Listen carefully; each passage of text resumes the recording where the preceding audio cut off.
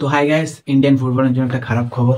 তো AFC champions লিগের 2-এ তোমরা জানো তো মোহনবাগান পার্টিসিপেট করছিল। তো কালকে ছিল তাদের ম্যাচ ইরানিয়ান ক্লাস সাফান এফসির সঙ্গে। তো সেই ম্যাচটা খেলা ছিল ইরানে। তো সেই ম্যাচটা খেলার জন্য মানে মোহনবাগান টিম ইরানে যায়নি।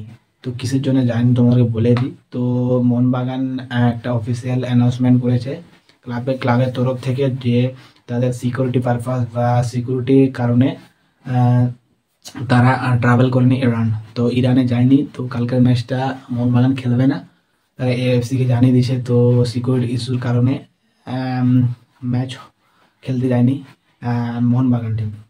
তো আগের বছরও তারা এরকমই করেছিল। আগের বছর তো কিছু দাঙ্গা চলছিল ইরানে, ঠিক আছে, সে বছর এরকম অ্যানাউন্সমেন্ট করেছিল। সেটা কোনো সে সময় সমর্থকেরাও সহমতি জানিয়েছিল, কিন্তু এবারে সেরকম কোনো কিছু হয়নি। কিছুদিন আগে আমাদের ইন্ডিয়ান ওমেন্স কাবাডি টিমও ইরানে গিয়ে খেলে আসছিল ম্যাচ এবং জিতে আসছিল।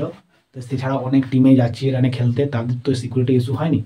তো আমাদের সিকিউরিটি ইস্যু হচ্ছে। তো সিকিউরিটি ইস্যুকে প্রাধান্য দিয়েছে মোহনবাগান টিম, প্রাধান্য দেওয়া হয়েছে সিকিউরিটি ইস্যুকে। কিন্তু এবারে এমন কিছু হয়নি যাতে মোহনবাগানের সিকিউরিটি ইস্যু হয়। এত বড় একটা টুর্নামেন্ট এএফসি চ্যাম্পিয়ন্স লিগ 2, অনেক বড় টুর্নামেন্ট, অনেক নামি দামি ক্লাব খেলছে এই টুর্নামেন্টে।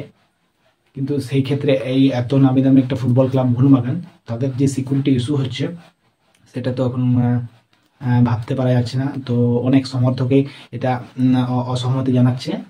তো আগের বছর যে যে কারণে যায়নি সেটা সহমতি জানিয়েছিল। সেই সময় অনেক কিছু দাঙ্গা হচ্ছিল ইরানে, তখন সহমতি জানিয়েছিল। কিন্তু এবছর কিছু হয়নি। অনেকে ফ্যান এখানে অসহমতি জানাচ্ছে যে এটা কায়রাতে, এটা ভয়ের কারণে ইরানের এত হাই প্রোফাইল ক্লাব হেরে যাওয়ার কারণেই, আর কি বলবো, হেরে যাওয়ার কারণেই যায়নি, বা অন্য কিছু কারণ হতেও পারে। এটা ক্লাবের ব্যাপার, এটা বলা উচিত না।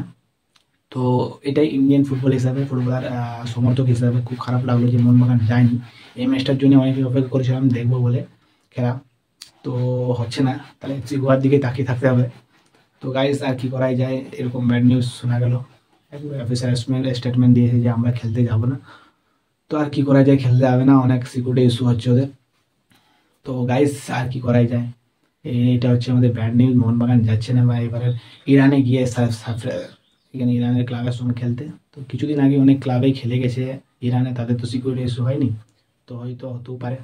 তো আর কিছু বলার নেই। তো আজকের ব্যাড নিউজটা, তো আর কি করা যায়। ঠিক আছে গাইজ, তো এরকম ভিডিও দেখার জন্য চ্যানেলটা সাবস্ক্রাইব করে রাখবে।